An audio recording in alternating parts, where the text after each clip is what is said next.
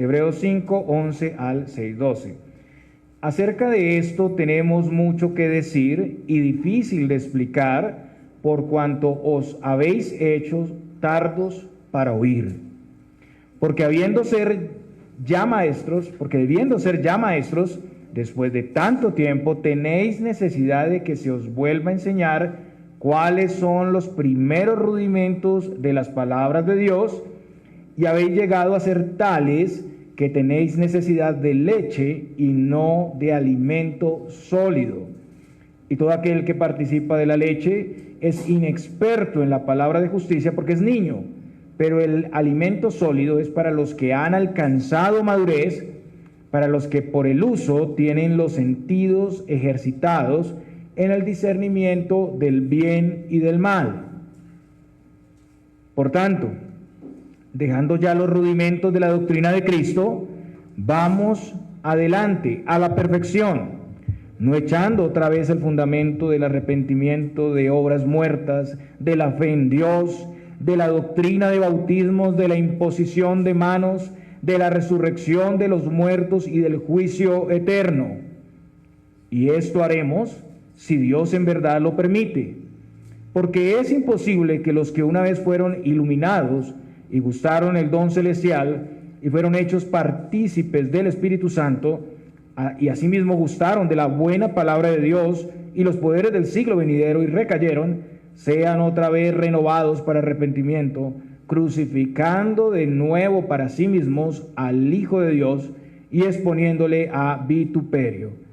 Porque la tierra que bebe la lluvia, que muchas veces cae sobre ella, y produce hierba provechosa a aquellos por los cuales es labrada, recibe bendición. Pero la que produce espinos y abrojos es reprobada, está próxima a ser maldecida, y su fin es el ser quemada. Pero en cuanto a vosotros, oh amados, estamos persuadidos de cosas mejores y que pertenecen a la salvación, aunque hablamos así, porque Dios no es injusto para olvidar vuestra obra y el trabajo de amor que habéis mostrado hacia su nombre, habiendo servido a los santos y sirviéndoles aún. Pero deseamos que cada uno de vosotros muestre la misma solicitud hasta el fin, para plena certeza de la esperanza, a fin de que no os hagáis perezosos, sino imitadores de aquellos que por la fe y la paciencia heredan las promesas. Oremos. Padre, gracias por tu palabra. Te pedimos, como siempre, Señor Dios, que abras nuestro entendimiento, nuestra comprensión, para recibirla con atención, para tomarla, digerirla, Señor, aplicarla en nuestras vidas y dar fruto abundante. No permitas que salgamos de aquí sin entendimiento, Señor. Danos la claridad, muéstranos a Cristo, muéstranos tu gracia y misericordia. Te lo pedimos, Señor, en Cristo Jesús. Amén. Podemos sentarnos, hermanos. Entonces, hermanos, estamos en la enseñanza expositiva continuada de la palabra de Dios en el libro de Hebreos. Recordemos que los oyentes primarios eran personas que enfrentaban persecución, que enfrentaban sufrimiento. Ellos habían permanecido firmes en las primeras persecuciones, pero después de un tiempo estaban cediendo, estaban tentados para volver a las antiguas formas del judaísmo. Estaban llegando a darle un grado de mayor importancia a todo lo que era figura y sombra en el Antiguo Testamento, cediendo para evitar el sufrimiento por la fe.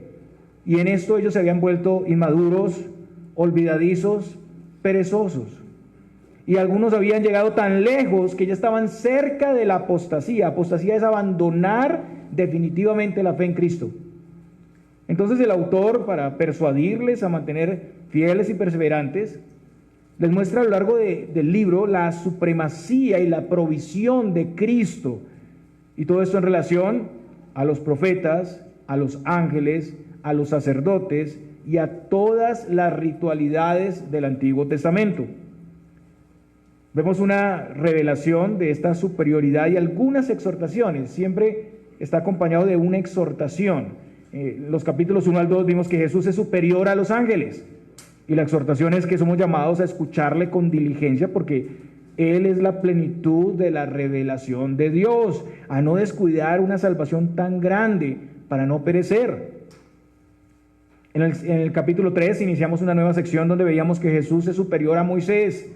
Y esta es la exhortación, se nos llama a considerarlo, a fijar nuestra mirada en Él, se nos llama a no confundir el lugar que tienen los servidores y el lugar que tiene Cristo, el dueño y Señor de su iglesia, en relación a Moisés, ¿no? Había como una exaltación desmedida no solamente de los ángeles, sino de Moisés como liderazgo. Se nos advierte que somos considerados casa de Dios, creyentes o iglesia, en tanto que perseveremos y permanezcamos en Él hasta el final. En el capítulo 3 al 4 vimos que Jesús y su reposo es superior al Sabbat, es superior a Josué, es superior a Canaán.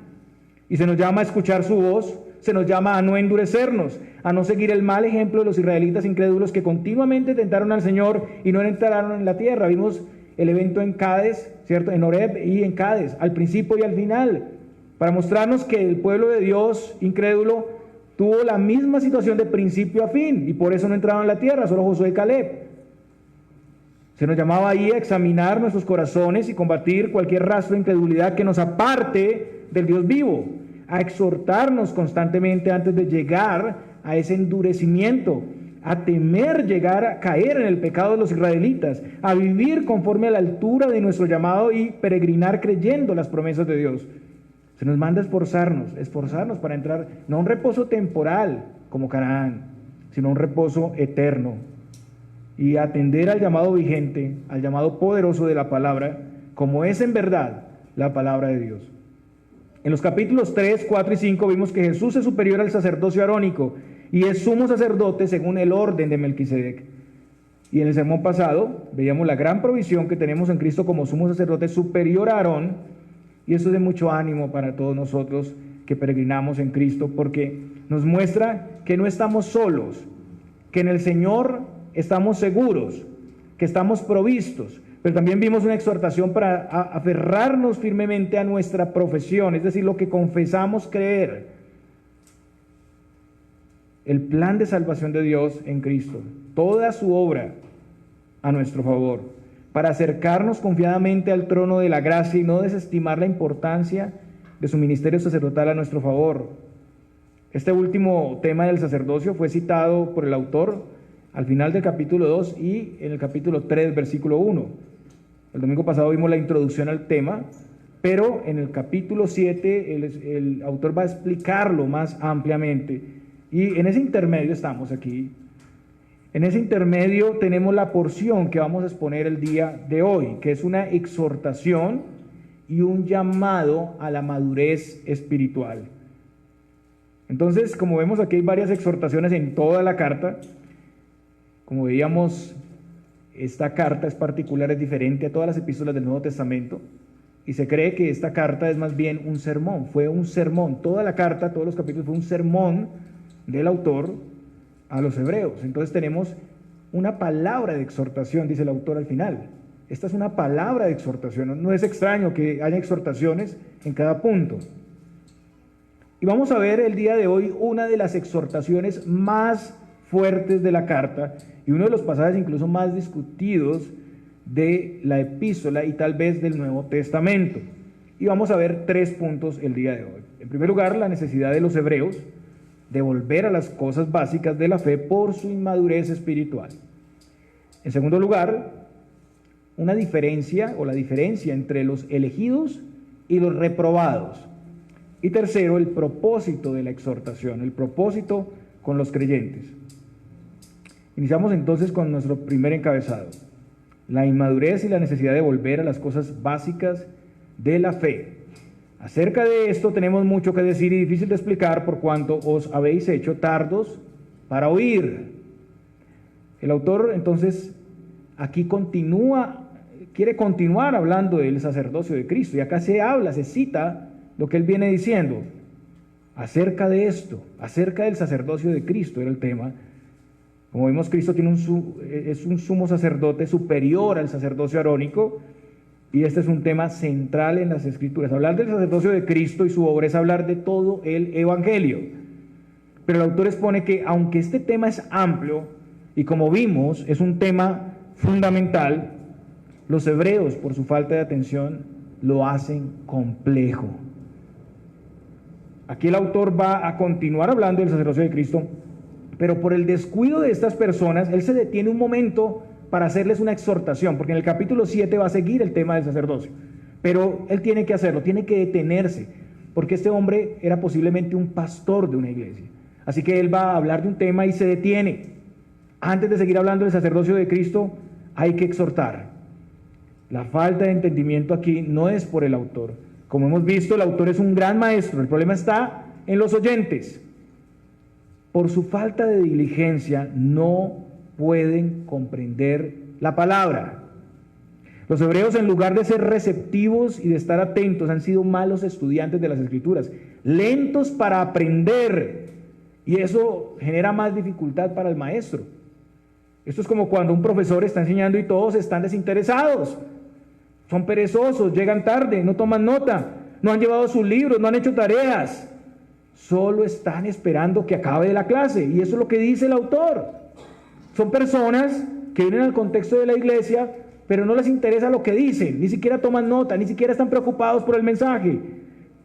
Es una actitud que no permite ser instruida, no permite ser instruidos. El Señor envía a sus siervos, Él da instrucción constante, pero el problema es que ellos no quieren aprender. Ellos no están haciendo ese esfuerzo diligente que se necesita para entender la enseñanza. Y hermanos, esto es vergonzoso. Cuando un estudiante pierde un año escolar, siente vergüenza. No sé si alguno de ustedes perdió algún año escolar, pero siente vergüenza cuando ve a los que están más adelantados y pues tiene que quedarse repitiendo el mismo curso. Eso es vergonzoso para el joven que tiene esta situación. Y aquí los hebreos básicamente perdieron el año, tienen que volverlo a hacer, no pueden así avanzar. Además, esto se aplica también a los demás temas de la fe y a su vida cristiana. No solo es que dejaron de atender o se distrajeron en una enseñanza, sino que este comportamiento llegó a ser un patrón, una característica de su vida cristiana. Ya no tenían el mismo interés y pasión por el Evangelio, ya no deseaban profundizar más en las Escrituras. El pasaje dice, porque debiendo ser ya maestros después de tanto tiempo en la fe, habían pasado años desde Pentecostés, alrededor de 30 años posiblemente. Ellos debían ser ya maestros, debían estar instruyendo a otros. Pero contrario a eso, se encontraban estancados, paralizados, sin avance. Estas personas después de este tiempo se debían estar graduando, debían estar enseñando, pero seguían en la infancia, seguían en la primaria, en el kinder. El punto aquí es que el autor no hace diferencia entre los dones de los creyentes. Además que todos estamos llamados a creer, también todos estamos llamados a compartir la verdad del Evangelio a otros, no solo los pastores. Pero ¿cómo pueden enseñar a otros si ellos no aprovechan el conocimiento recibido? Hermanos, si hemos sido instruidos suficientemente, ya estamos llamados a dar ese conocimiento a otros.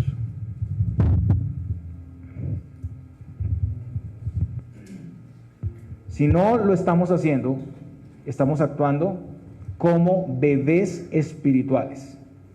Y esta es una exhortación para todos nosotros.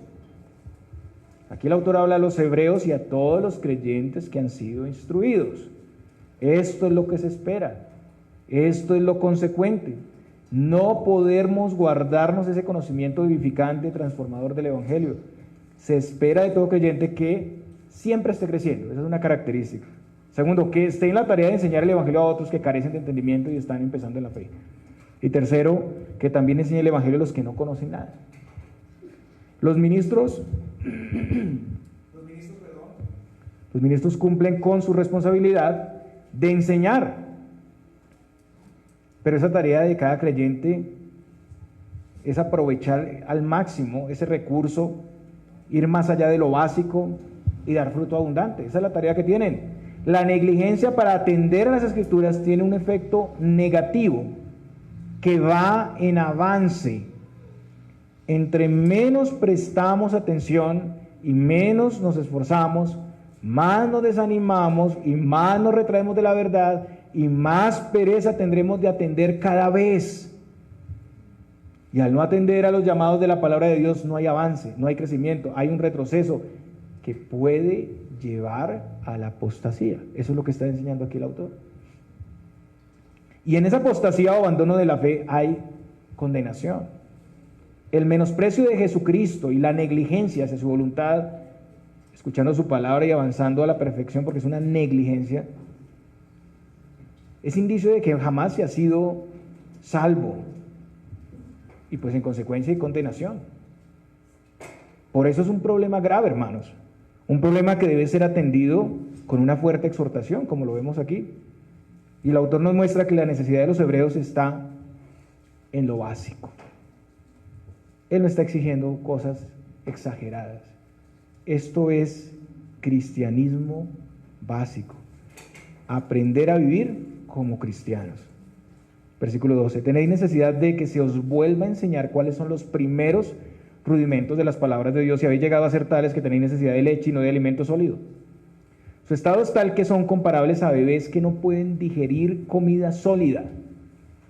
El punto es que si un niño sigue tomando leche materna toda la vida, va a carecer de los nutrientes necesarios de acuerdo a su desarrollo para crecer.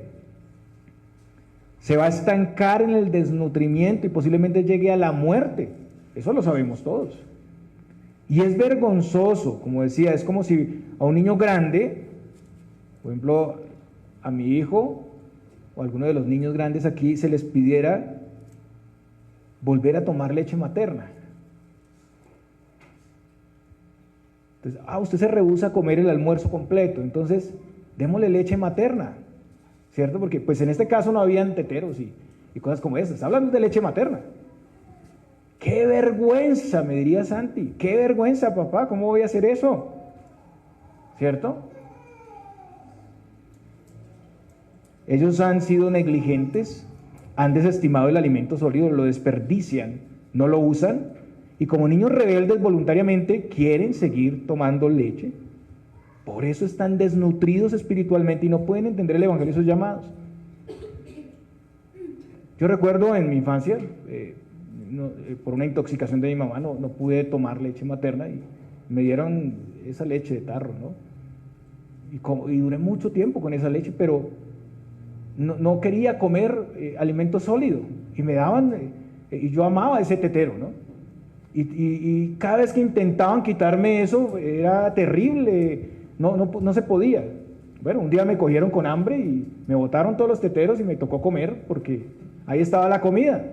Pues a veces los pastores tienen que hacer eso, ¿no? Botar el tetero a la congregación para que coma alimento sólido porque llevan mucho tiempo ahí, ¿cierto? Entonces, esta exhortación funciona de esta manera. El autor está botando todo lo de niño, todo lo que los lleva a ser más infantes, está exhortándolos para que coman el alimento sólido. Bueno, después de probar el alimento sólido, me gustó. Era bueno. Y esta era una circunstancia muy parecida a lo ocurrido en Corinto. Pablo en 1 Corintios 3, del 1 al 2, dice lo siguiente: de manera que yo, hermanos, no pude hablaros como a espirituales, sino como a carnales, como a niños en Cristo. Os di a beber leche y no vianda, porque aún no eras capaces, ni sois capaces todavía. Noten ustedes que no pasó en una sola iglesia. Y tampoco es raro que pase hoy en día. Aquí igualmente encontramos una exhortación de Pablo a los corintios por haberse quedado en la etapa infantil, donde Pablo no pudo hablarle como a espirituales, como a personas en la capacidad de discernir todas las cosas, sino como a carnales. Para entender el contexto, recordemos que en la iglesia de Corinto habían muchos desórdenes, muchísimos, pero en especial aquí se está tratando de las divisiones por preferencias de algunos líderes en la iglesia. Y aquí la comparación es entre creyentes maduros y creyentes inmaduros. Y esto no fue por falta de instrucción adecuada o intensidad en la enseñanza, ¿no? Es que si me enseñan más, si me expongo a otro maestro más capacitado. No, los corintios tuvieron los mejores maestros, empezando por Pablo y después por Apolos. Personas muy capacitadas para enseñar. El tema no es de buenos maestros y malos maestros, es de necedad voluntaria. Su inmadurez fue por rebeldía, por desinterés, por negligencia.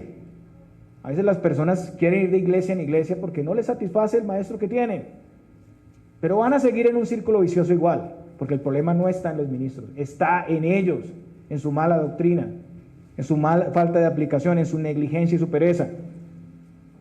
Ahora ellos eran creyentes, pero aunque eran creyentes estaban en una etapa infantil y en esa etapa debían ser instruidos en la misma doctrina. Es el mismo evangelio, la misma doctrina, pero de acuerdo a su edad espiritual. Entonces Pablo les habla como niñitos. No es ausencia de doctrina, hermanos. Más que reducción, Pablo habla de la forma como a niños, como si apenas comenzaran a conocer el evangelio. Es claro que nosotros enseñamos diferente a los niños. En la pedagogía hay un acercamiento especial para enseñarles a ellos en sus términos, ¿cierto? Nos preparamos para eso, hay estudios para eso, para saber cómo llegar a ellos, cómo enseñarles. Es como si alguien llegara a un auditorio y de pronto se diera cuenta que todos los que están ahí son niños y la conferencia ya no es para adultos. ¿Cómo hace uno ahí para cambiar todo?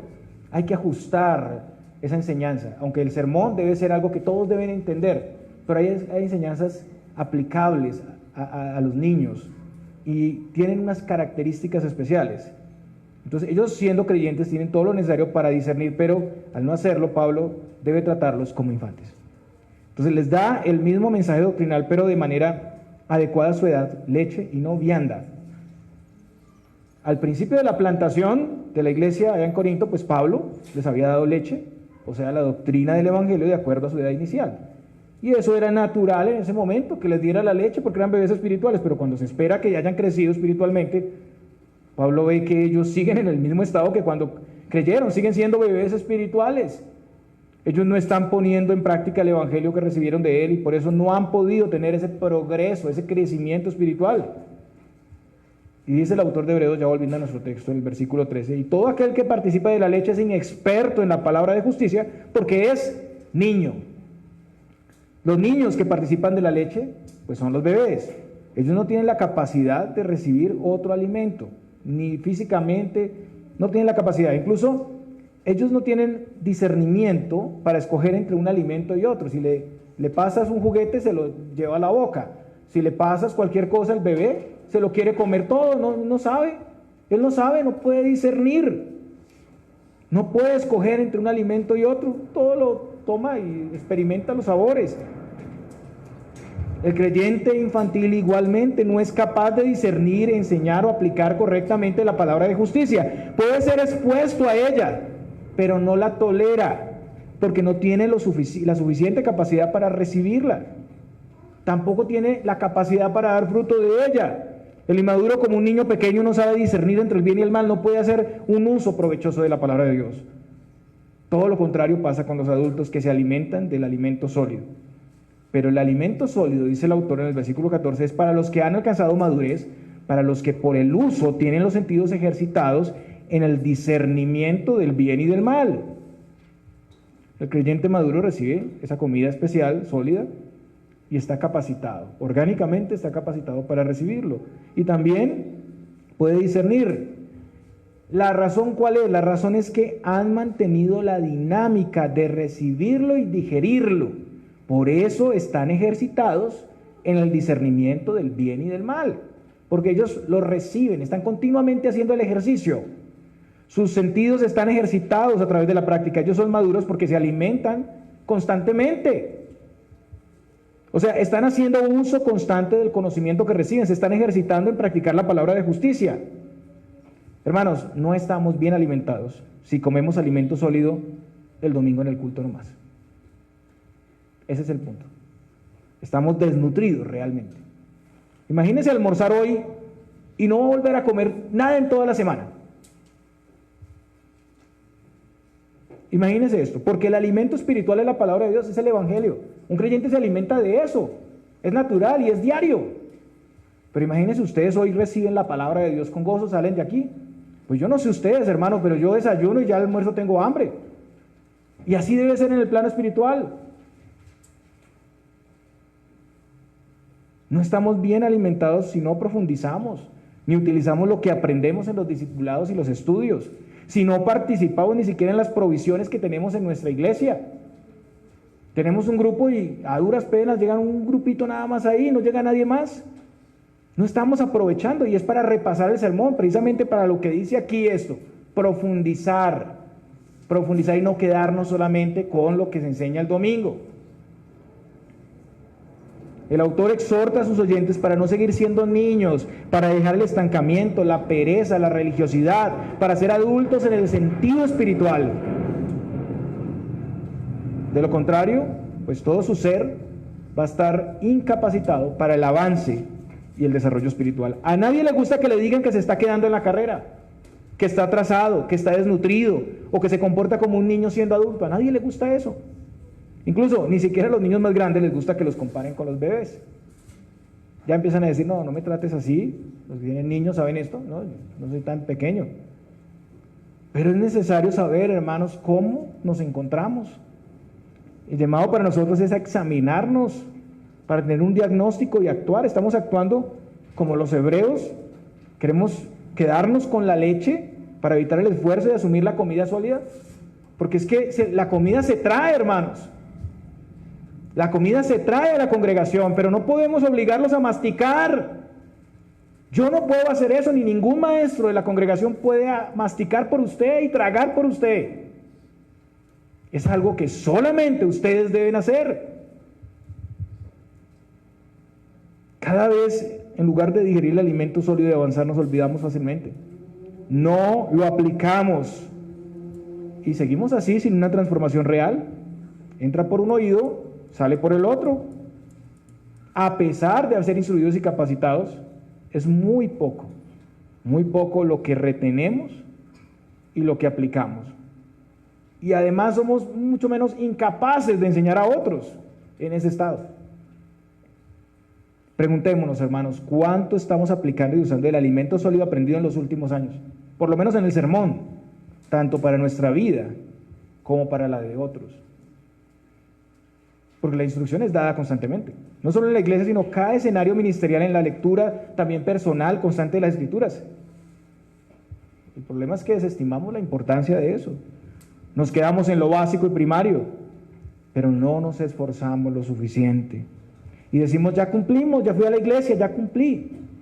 Nos hemos hecho lentos para el aprendizaje y la práctica que ya deberíamos estar ejecutando. Como consecuencia, ¿qué pasa?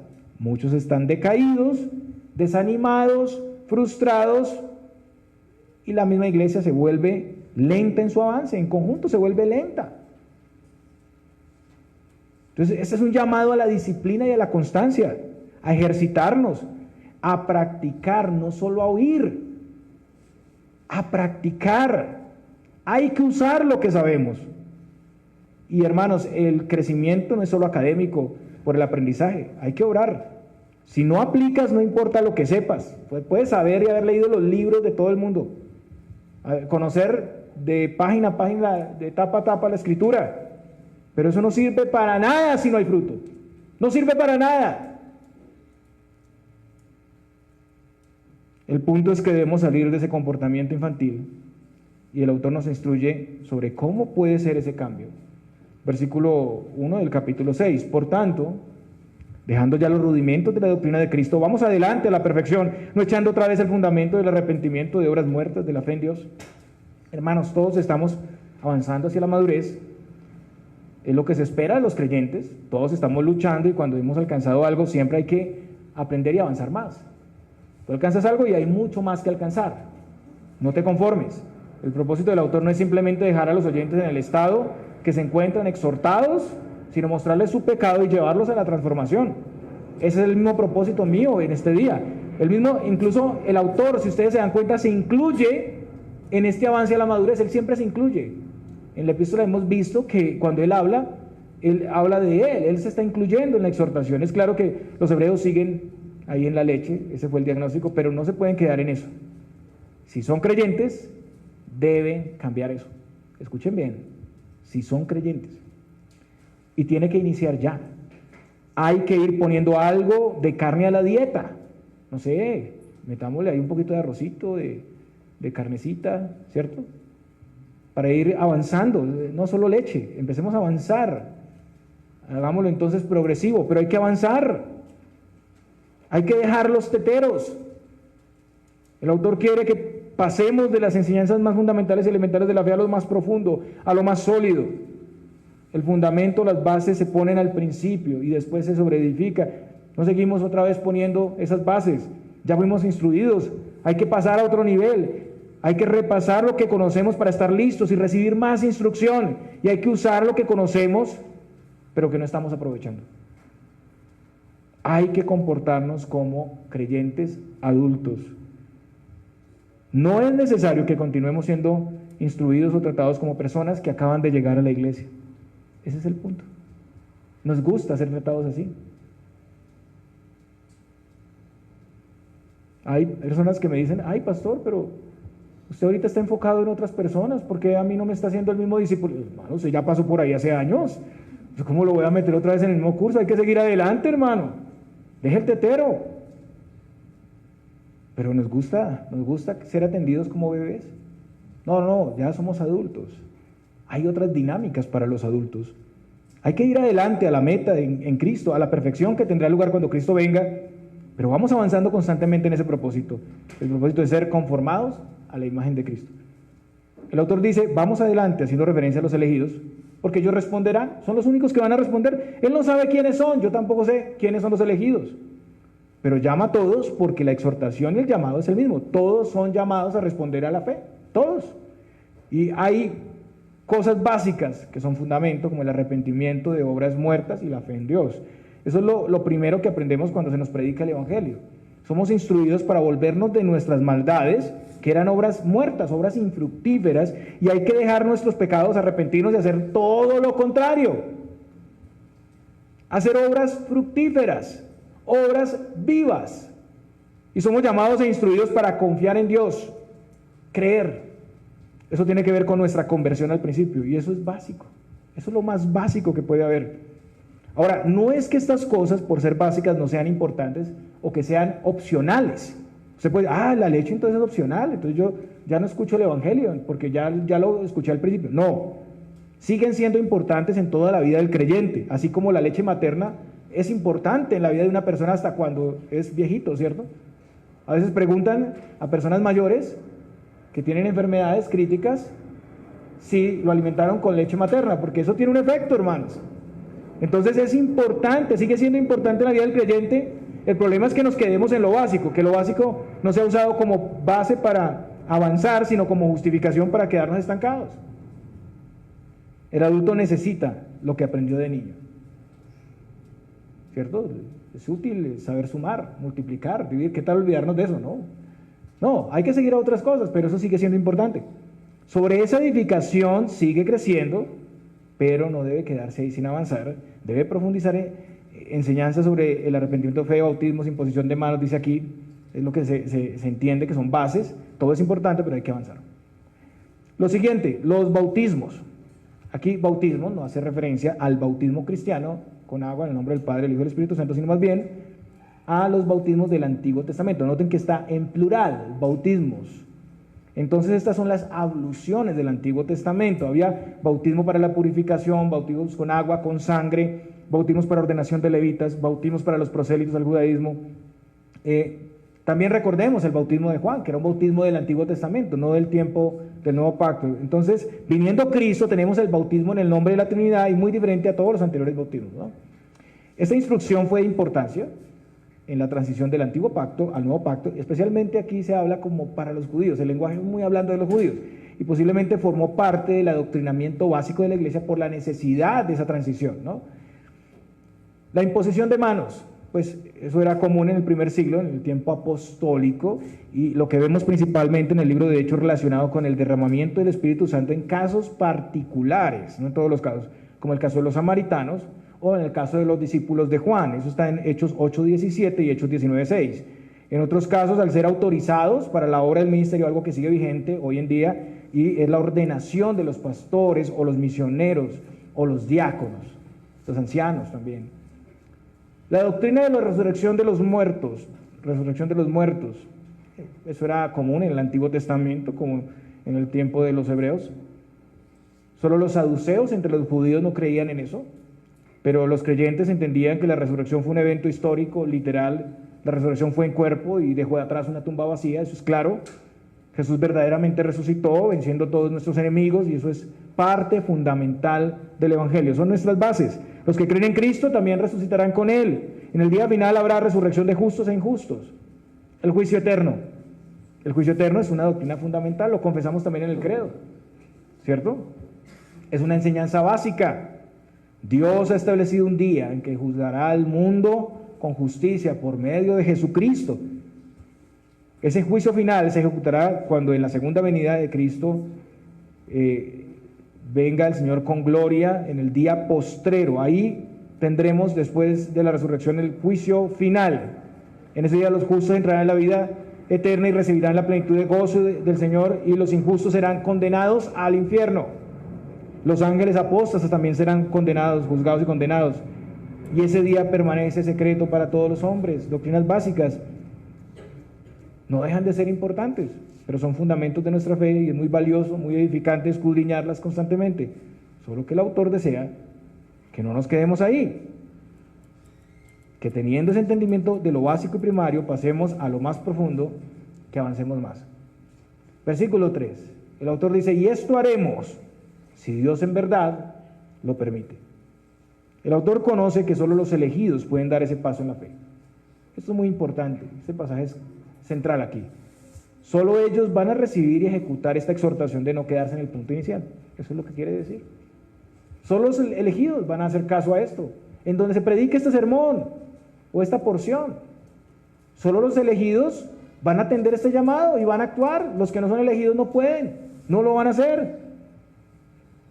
Hermanos, y miremos aquí que aunque dice que si Dios lo permite, muestra la soberanía de Dios, dice: y esto haremos. Esto no llegará sin que actuemos, hermanos. El pasaje dice: y esto haremos, y hay acción de parte nuestra. Y el autor se incluye al decir haremos. Él se incluye ahí para decir que tiene toda la disposición para ejecutar la exhortación, o sea, dejar los rudimentos, ir adelante a la perfección, que es la meta. Eso es lo que haremos. También algunos de sus oyentes la recibirán y actuarán, los demás que fuera de la epístola. Pero es verdad que para algunos el arrepentimiento es imposible. Y este es el caso de los que han llegado al endurecimiento. Si algunos están en la iglesia y nunca avanzan y nunca crecen, es porque posiblemente son reprobados o están a punto de mostrar que son reprobados, lo sabemos. Ahora el autor pasa a explicar el porqué de esa situación de inmadurez, una inmadurez permanente hasta la apostasía, versus la perseverancia constante del pueblo hasta la salvación. La diferencia entre los elegidos y los reprobados, se le llama así a los que están endurecidos en su corazón. Versículos 4 al 6, estemos ahí. Voy a leer la primera parte, dice: porque es imposible que los que una vez fueron iluminados gustaron del don celestial y fueron hechos participantes del Espíritu Santo, y asimismo gustaron de la buena palabra de Dios y los poderes del siglo venidero, y recayeron, sean otra vez renovados para arrepentimiento. ¿Qué es lo que es imposible? Como les decía, este pasaje es difícil de interpretar y ha habido mucha confusión. Lo que es imposible es que las personas que han sido beneficiadas en las bendiciones del reino de Dios y recayeron, sean renovados para arrepentimiento. Eso es lo que dice que es imposible. ¿Y qué tipo de caída es esta? ¿A qué se refiere con caída? Es una caída completa, es un rechazo total de Cristo. O sea, esas personas renunciaron completamente a Cristo y lo hicieron públicamente. No es una persona que conoce por primera vez el Evangelio, llegó a la iglesia, vio y qué bueno el Evangelio, y rechaza a Cristo. No, a eso no se refiere. Sino que es una persona que fue iluminada con el conocimiento y el entendimiento de la palabra, pero aún así nunca nació de nuevo. Parecía que había nacido de nuevo, pero nunca nació de nuevo. Es claro que se está hablando de no creyentes, reprobados. El contraste es claro. Si ustedes miran el versículo 9, se hace referencia a los creyentes. El autor habla ya diferente cuando habla de los creyentes. Es claro a quién se refiere, porque el autor no dice nosotros. Noten ustedes esa diferencia. Él no dice nosotros que una vez fuimos iluminados. No. Ni siquiera dice ustedes, sino que dice los que fueron. Él se estaría incluyendo acá si está hablando de los creyentes. La salvación de los creyentes, hermanos, está asegurada. No es que se tenga y se pierda, es que nunca se tuvo en este caso, pero se estuvo cerca, y en adelante esas personas no podrán arrepentirse y volverse. El autor está hablando de personas que están en la iglesia, recibieron la palabra de Dios de manera externa, incluso recibieron dones, se beneficiaron del reino de Dios, pero permanecieron siempre en incredulidad. Y es muy similar a todo lo que ocurrió con el Israel incrédulo en el desierto, que fue el contexto que ya vimos. Israel recibió grandes bendiciones de Dios, como la liberación de Egipto por las 10 plagas, las grandes señales en el peregrinaje que tuvieron, las provisiones milagrosas de agua, alimento, protección de sus enemigos, la exposición a la palabra de Dios y su cuidado continuamente. Ellos vieron los juicios de Dios sobre quienes desobedecían y también vieron sus bendiciones para quienes hacían su voluntad. Pero de principio a fin, la mayoría permaneció en rebeldía e incredulidad. El punto es que estas personas tienen cosas muy parecidas a los verdaderos creyentes. Y el autor da una lista de características. Fueron iluminados, gustaron del don celestial, fueron hechos participantes del Espíritu Santo, gustaron la buena palabra de Dios y los poderes del siglo venidero. Y estas son cosas que todos los creyentes pueden decir que tienen. Pero define puntualmente aquí a un creyente. No, es muy ambiguo. Un apóstol o un servidor del Señor en ese tiempo sabía que era un creyente, ¿no? Él no dice aquí los regenerados, los sellados, los justificados, sino dice cosas muy generales. Entonces, cualquier escritor de ese tiempo podría decir las cosas puntuales, pero no lo hace. En primer lugar, el autor dice que esas personas fueron iluminados y gustaron del don celestial y fueron participantes del Espíritu Santo, ¿cierto? Fueron iluminados tiene que ver con recibir el conocimiento de la verdad, la instrucción en la doctrina, con el fin de entenderlo claramente. O sea, tiene que ver con dar luz o conocimiento por medio de la enseñanza. Y eso es lo que vemos al inicio del ministerio del Señor Jesús, en su manifestación. En Mateo 4:16 dice, el pueblo asentado en tinieblas vio gran luz, y a los asentados en región de sombra de muerte, luz les resplandeció. Fueron iluminados, recibieron el testimonio del Evangelio. Esas personas fueron instruidas en el camino de salvación. Ellos conocen el Evangelio, ellos conocen al Salvador. En segundo lugar, el pasaje dice que gustaron el don celestial y fueron hechos partícipes del Espíritu Santo. Esto es más fuerte, ¿no? ¿Cómo pudo ser esto? Y aquí la palabra gustar es muy importante. Gustar significa probar. En el griego es eso, probar. Esa misma palabra griega aparece en Mateo 27:34. Y ahí se refiere a Jesús, donde le dieron a beber vinagre con hiel. Dice, le dieron a beber vinagre mezclado con hiel, pero después de haberlo probado, no quiso beberlo. Entonces, es que solamente le dieron como una prueba para saber si lo tragaban, pero no lo tragaron, no les gustó. Esas personas gustaron las cosas de la fe, las probaron un poco, han comprendido, saboreado la revelación de la palabra un poco, pero no quisieron comerla, no quisieron ingerirla porque no les gusta, no la quieren. No les gustó el sabor del Evangelio, aunque lo probaron. Gustaron la palabra de Dios, pero no se nutrieron de ella. Un ejemplo claro de esto es un personaje ahí en el Nuevo Testamento, Herodes. Ustedes recuerdan, miren lo que dice Marcos 6:20. Porque Herodes temía a Juan, sabiendo que era varón justo y santo, y le guardaba a salvo, escuchen bien, y oyéndole, se quedaba muy perplejo, pero le escuchaba de buena gana. Herodes escuchaba los sermones de Juan, y le gustaban, y decía aleluya, amén, digámoslo así. Estaba encantado con sus palabras, pero solo una probadita. No tragaba el mensaje, no lo consumía. Fueron participantes del Espíritu Santo. Estaban participando de las cosas del Espíritu Santo, es lo que quiere decir. Gustaron, probaron con gozo algunos beneficios de la iglesia. Noten que no dice que fueron sellados con el Espíritu Santo. No dice que recibieron el Espíritu Santo dentro de sus corazones, sino que fueron partícipes. Seguramente fueron bautizados, fueron hechos miembros de la iglesia, hicieron todo el curso de membresía, catecúmenos en ese tiempo, participaron de la Santa Cena, ejercieron algún servicio o ministerio, esos fueron beneficiarios, pero externamente. Fueron beneficiarios de los privilegios del reino de Dios en la tierra. Y gustaron la buena palabra de Dios y los poderes del siglo venidero. Y recayeron, ¿no? Recayeron. Entonces fueron instruidos en la palabra de Dios, fueron discipulados, estuvieron escuchando la palabra con agrado, recibieron instrucción útil para sus vidas, la conocían, la citaban, pero no la creían. Ahora, los poderes del siglo venidero, puede hacer referencia de nuevo a los dones espirituales, o sea, esas son las señales, prodigios y milagros de este tiempo particular, del primer siglo. En el libro de Mateo vemos que es posible que personas no regeneradas hagan algunas señales. Mateo 7:22 dice, muchos me dirán en aquel día, Señor, Señor, ¿no profetizamos en tu nombre? ¿Y en tu nombre echamos fuera demonios? ¿Y en tu nombre hicimos muchos milagros? Es posible hacer milagros. Ellos tuvieron dones y dones especiales, pero con todo eso esas personas recayeron, volvieron a su antigua posición, o sea, apostataron, dejaron el cristianismo. No debemos confiarnos en los dones para pensar que eso es lo que nos da la salvación, porque hay personas llamadas al servicio, mas no a la salvación.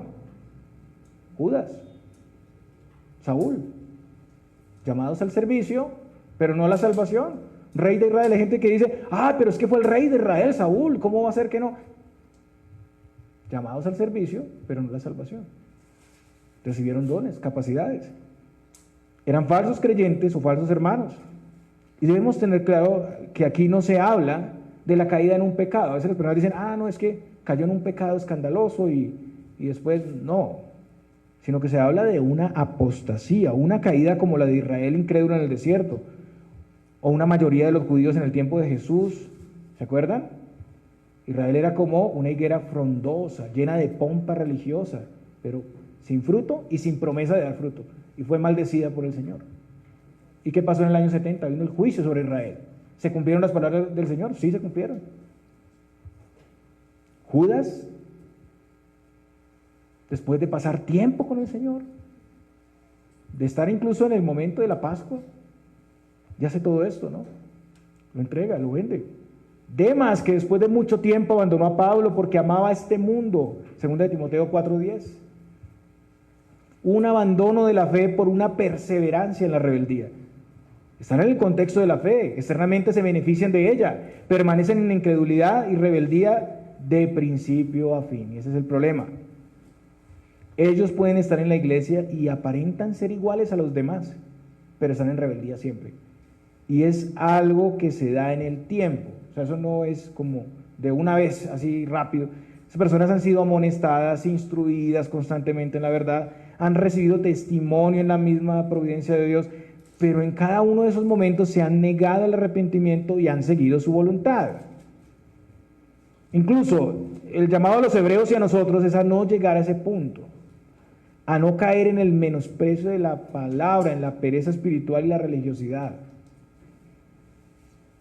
Y el autor es muy pastoral aquí, habla en general a la iglesia para prevenir a los que están dando un paso al lado, un paso atrás. Porque, hermanos, una vez que se llegue al endurecimiento, no habrá posibilidad de arrepentimiento. Lo que pasa es que el Señor no obrará el arrepentimiento para vida en esas personas. Serán entregados a sus corazones engañosos. Recordemos lo que vimos unos textos atrás, tanto la promesa de salvación como las amenazas están vigentes hoy en día.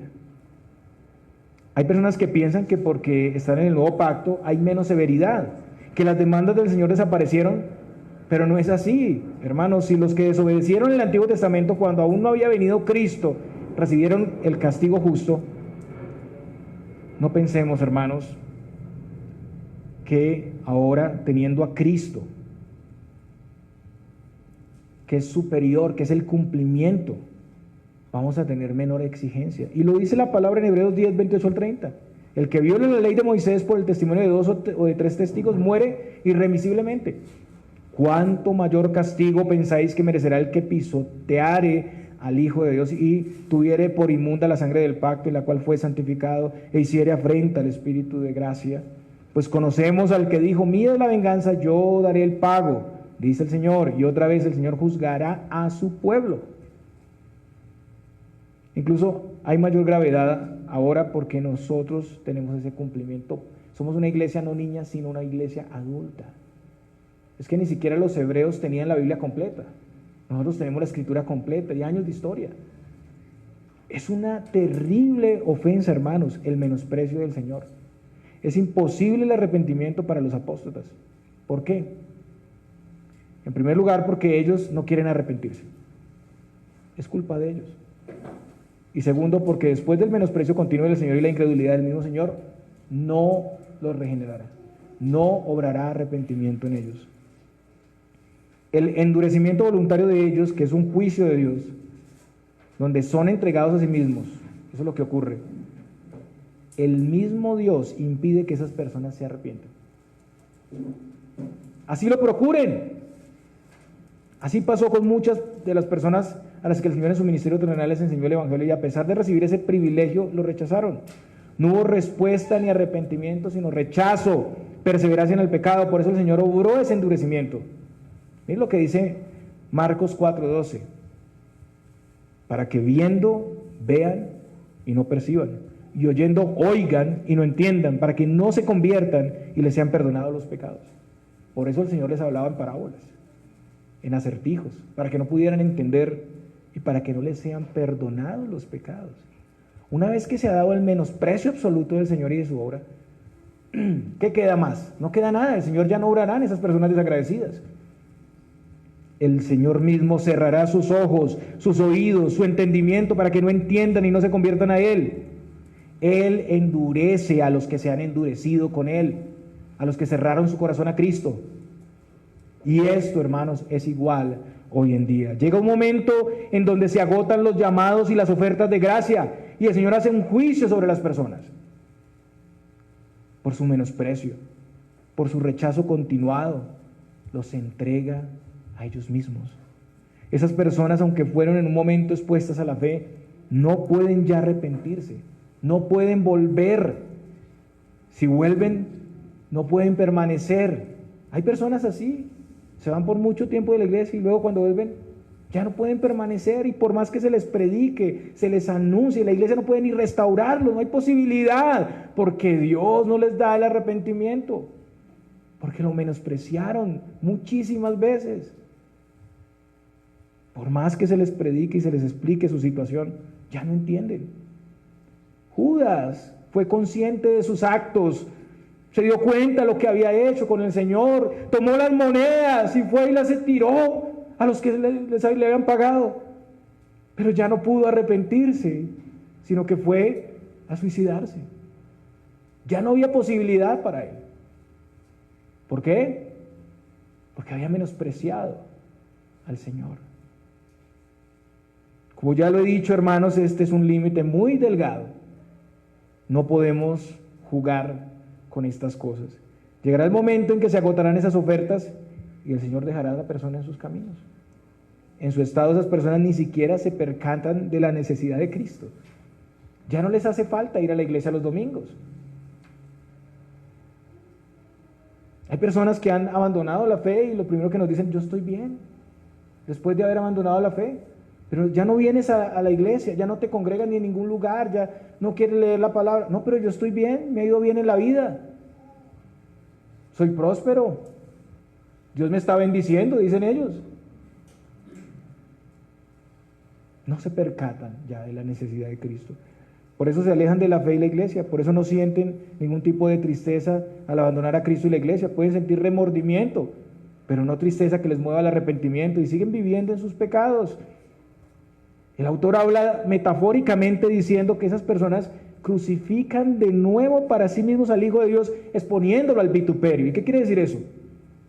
Eso quiere decir que su restauración es imposible, porque ellos repudian completa y deliberadamente al Hijo de Dios. O sea, su menosprecio a Cristo es tan grave como el de los líderes judíos que rechazaron a Cristo y lo llevaron a la cruz. Esa persona quisiera volver a crucificar a Cristo. Quisiera volverlo a llevar a la cruz. Tiene el mismo odio por Cristo. Quisiera quitarle la vida y sacarlo de este mundo. El apóstata rechaza a Cristo en todas las formas y en esto le crucifica, como los líderes judíos. Le saca de su ciudad. Los hebreos y nosotros estamos siendo advertidos para no llegar a ese punto, hermanos.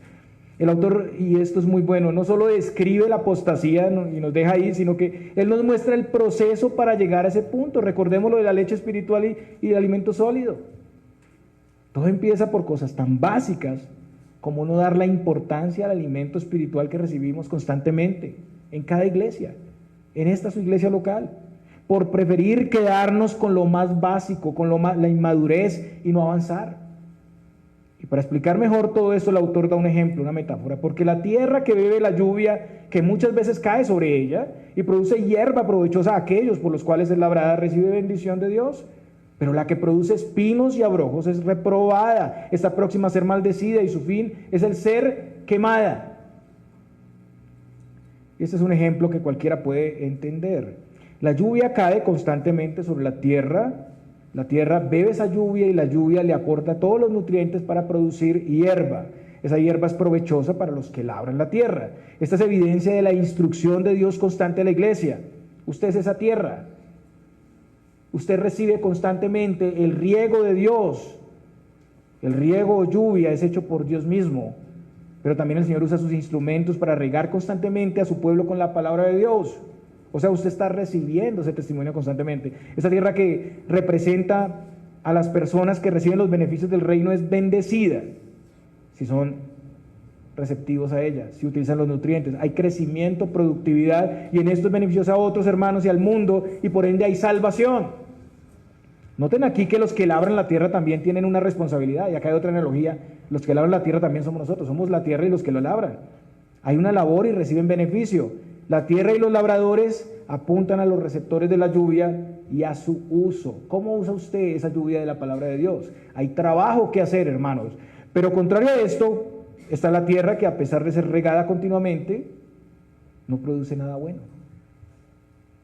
Recibe el agua y solo sale rastrojo, espinos y abrojos. Esa tierra no es labrada, no es protegida, no es sembrada. El dueño del terreno no tiene ningún interés en esa tierra y la deja llenar de rastrojo. Es una propiedad abandonada. Muchos están así en las iglesias, llenos de rastrojo. Se pierde la semilla, se pierde la nutrición. Aquí la lluvia, la tierra, en respuesta a la diligencia de los labradores, es importante para una buena y beneficiosa cosecha. La palabra nos viene constantemente a todos, las personas la reciben y de acuerdo a su corazón hay dos reacciones: los que la usan correctamente y dan fruto, y los que no la usan y no hay productividad. Y eso tiene que ver con la regeneración. El creyente produce fruto, el no creyente produce abrojos. ¿De qué lado estamos, hermanos? Es muy claro. El creyente produce fruto, el elegido va a entender esas palabras, va a recibir y va a actuar. El no creyente no. Esto representa a las personas que no están aprovechando el riego de la palabra de Dios, no son productivos, no son beneficiosos para la iglesia ni para la sociedad, y por esto solo esperan ser maldecidos y están próximos a la condenación.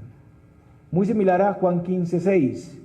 El que en mí no permanece será echado fuera como pámpano y se secará, y los recogen y los echan en el fuego y arden. Esto habla de la condenación en el infierno. Pero son personas que estuvieron en la iglesia, que fueron regados con la lluvia de Dios, que es su palabra, pero no creyeron. Muy parecido también a lo que dice Isaías, el capítulo 5, los versículos 1 al 7. Ahora cantaré por mi amado el cantar de mi amado a su viña. Tenía mi amado una viña en una ladera fértil. La había cercado y despedregado y plantado de vides escogidas. Había edificado en medio de ella una torre y hecho también en ella un lagar. Y esperaba que diese uvas, y dio uvas silvestres. Ahora pues, vecinos de Jerusalén y varones de Judá, juzgad ahora entre mí y mi viña. ¿Qué más se podía hacer a mi viña que yo no haya hecho en ella? Como esperando yo que diese uvas, ha dado uvas silvestres. Os mostraré pues ahora lo que haré yo a mi viña. Le quitaré su vallado y será consumida. Aportillaré su cerca y será hollada. Haré que quede desierta, no será podada ni cavada, y crecerán el cardo y los espinos, y aún las nubes mandaré que no derramen lluvia sobre ella. Ciertamente la viña de Jehová de los ejércitos es la casa de Israel, y los hombres de Judá, planta deliciosa suya. Esperaba juicio, y he aquí vileza; justicia, he aquí clamor. Eso también es para nosotros, hermanos. Después del cuidado y riego del Señor, si no hay fruto, la viña es despojada de todos sus privilegios. De todos sus privilegios. Ahora, hermanos, pasamos a nuestro último punto, y es el propósito de esta exhortación. Pero en cuanto a vosotros, oh amados, estamos persuadidos de cosas mejores y que pertenecen a la salvación, aunque hablamos así. Y aquí podemos ver claramente una diferencia entre los reprobados y rebeldes y los elegidos. El autor les dice, amados, miren las diferencias. El autor nos muestra que a los creyentes les espera todas las cosas referentes a la salvación, a la herencia celestial. Esto que ha dicho ha sido una advertencia, porque nos está mostrando el camino por donde se llega a la apostasía. El autor habla en general porque en la misma iglesia hay una bolsa mixta, pueden haber el trigo y la cizaña, algunos pueden estar incluso ahí como ya llegando al límite, ¿no? Y es momento de arrepentimiento. Y ahora, como una voz de ánimo y consuelo, él recuerda a los creyentes hebreos que Dios no olvida su obra y su trabajo de amor hacia su nombre. Y esto es maravilloso, hermanos.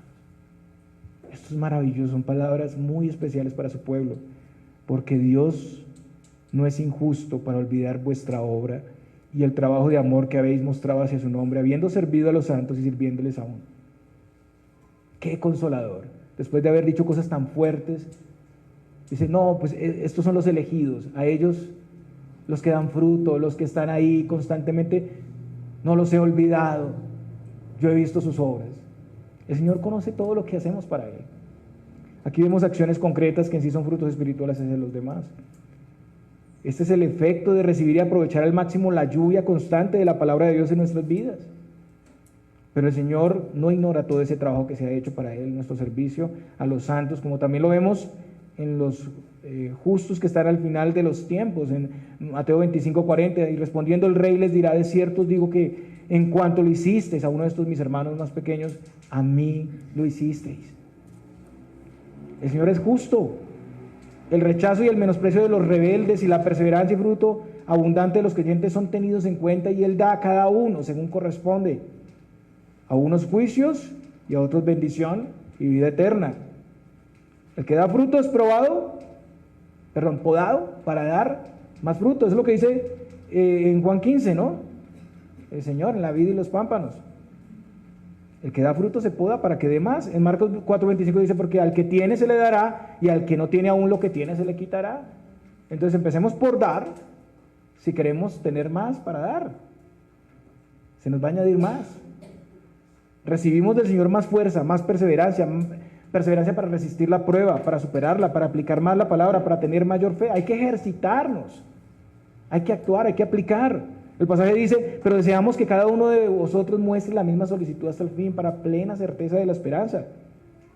Es claro que el Señor vea nuestra perseverancia y que los hebreos tienen un historial de amor en su nombre y servicio, pero el autor como pastor desea que todos avancen en esa misma diligencia constante. O sea, no es suficiente que haya fruto, hermanos. Es necesario seguir teniendo fruto y buscarlo constantemente hasta el final. Y vivir de esa manera es evidencia de salvación para nosotros y para todos. Si queremos tener esa certeza de salvación, podemos encontrarla en la perseverancia que hemos tenido, porque es fruto de nuestra salvación. Los elegidos son los únicos que pueden hacer eso. Todo esto no es causa, sino fruto de estar en la salvación. Estamos trabajando diligentemente en amor a su nombre. Estamos sirviendo a nuestro prójimo con el evangelio, o estamos constantemente rechazando esa vida del reino y ese servicio en amor hacia su nombre y hacia su prójimo. Preguntémonos. Lo que el autor desea es que no nos hagamos perezosos. Es para no hacerse perezosos. ¿Qué es lo contrario? Ser imitadores, el versículo 12 lo dice, de aquellos que por la fe y la paciencia heredan las promesas. Aprovechemos el riego constante de la palabra de Dios. Trabajemos diligentemente en dar fruto, hermanos. También aquí llama a los hebreos y a nosotros a mirar buenos ejemplos. Y eso tiene que ver con los creyentes que en la historia bíblica permanecieron constantes, diligentes en la fe y recibieron las promesas, quienes permanecieron y no dieron un paso atrás, sino siguieron hasta el fin, quienes con fe miraban a ese destino glorioso, a esa promesa que el Señor nos ha dado, y perseveraban pacientemente, paso a paso, hasta recibir lo prometido. Y hermanos, la paciencia es necesaria. Las bendiciones del reino no van a venir de inmediato. El fruto no aparecerá sin hacer nada. Hay que trabajar diligentemente, profundizar y aprovechar las provisiones del Señor. En conclusión, hermanos, este es un llamado, una exhortación a la madurez espiritual, abandonar el comportamiento infantil y pasar a la adultez. El punto es si queremos, si estamos dispuestos. Es un llamado para hacer un esfuerzo diligente, constante, tendiendo, aprovechando la provisión de la palabra de Dios para nuestra edificación. Se espera de todo creyente que esté siempre creciendo, eso es lo básico. También se espera que conforme a ese crecimiento esté enseñando y sirviendo a otros. Lo contrario es quedarse como infante, que es algo muy vergonzoso, que siendo adultos estemos haciendo cosas de niños. Necesitamos, hermanos, ejercitarnos, hacer uso constante del conocimiento que se recibe, ejecutar y aplicar la palabra de Dios para dar fruto. Eso es muy práctico, hermanos, porque eso es lo que nos hará expertos y preparados para digerir el alimento sólido. Si usted no hace el intento, si usted no inicia, nunca podrá hacerlo. Si no profundizamos ni utilizamos lo que aprendemos, estamos desnutridos, y ese menosprecio de todas esas cosas es el camino hacia la apostasía. En segundo lugar, somos desafiados a dar un paso adelante, esforzarnos más. Hay que ir más allá de lo esencial, no conformarnos. ¿Qué es la apostasía? La apostasía es abandonar la fe y volver atrás. ¿Qué es el cristianismo? Es ir adelante y ir en avance. Ese es el contraste. Si alguien está yendo hacia atrás, es indicio de perdición. Es lo que dice Hebreos 10:39, pero nosotros no somos de los que retroceden para perdición, sino de los que tienen fe para preservación del alma. Debemos entonces apoyarnos en nuestras bases para avanzar, pero no para estancarnos. Y debemos saber que todo este esfuerzo y diligencia está en las manos de Dios. Solo los verdaderos creyentes harán caso a esa exhortación. Dios es soberano, nosotros somos responsables. Las dos cosas son mantenidas en tensión sin que la una contradiga a la otra. Lo enseña la Biblia. Aunque la salvación sea por gracia, no se omite la diligencia y el trabajo. No hacerlo es indicio de reprobación. Debemos obrar como si dependiera de nosotros, pero sabiendo que depende de Dios. Y es clara la diferencia entre los reprobados y los elegidos, quienes a pesar de los llamados, del testimonio y los beneficios que han tenido en la fe, permanecen en rebeldía. Quienes se resisten al Señor son dejados a su propio corazón, a sí mismos, y son endurecidos. Y hermanos, en ese estado es imposible el arrepentimiento. Ellos no quieren venir porque Dios no les concede el arrepentimiento. Y esta es una exhortación ahora para nosotros. Ya sabemos cómo se llega a ese punto. Son muchas las personas que pasan por las iglesias y actúan de esa manera. Asegurémonos de no estar actuando y caminando en esa dirección. El tema es claro y evidente. Los que no aprovechan diligentemente las bendiciones de Dios, los que las rechazan, escogen su voluntad, un día no serán ya más llamados, serán dejados en su condición, no querrán arrepentirse. No sabemos quiénes están así o están llegando a ese punto, pero es mejor asegurarnos ahora y no pasar ese límite. Si hoy puedes escuchar ese llamado, aún estás a tiempo. Ven a Cristo. Vuélvete en arrepentimiento y vive para Él. Suplícale que te salve. Suplícale que tenga misericordia. Y para quienes estamos en el camino de la fe, se nos recuerda y asegura que el Señor ve nuestro trabajo por su nombre y nuestro amor por el prójimo. Pero no es suficiente que haya fruto. Es necesario seguir teniendo fruto y buscarlo constantemente hasta el final. Vivir de esa manera es evidencia de salvación para nosotros y para todos. No seamos perezosos, hermanos, actuemos, imitemos los buenos ejemplos, pensemos qué cosas prácticas debemos hacer hoy. ¿Tenemos el riego de la palabra de Dios en nuestra iglesia? ¿La estamos aprovechando? Examinemos si estamos tomando en serio las advertencias, si alguno en alguna medida está llegando a ese punto de apostasía. ¿Estamos realmente en avance o nos gusta ser como niños? Consideremos si hemos tenido el fruto de amor a su nombre y servicio a los santos, y cómo podemos hacer más por eso, y si estamos mirando a Cristo y la esperanza que nos ha traído. El Señor les bendiga, hermanos.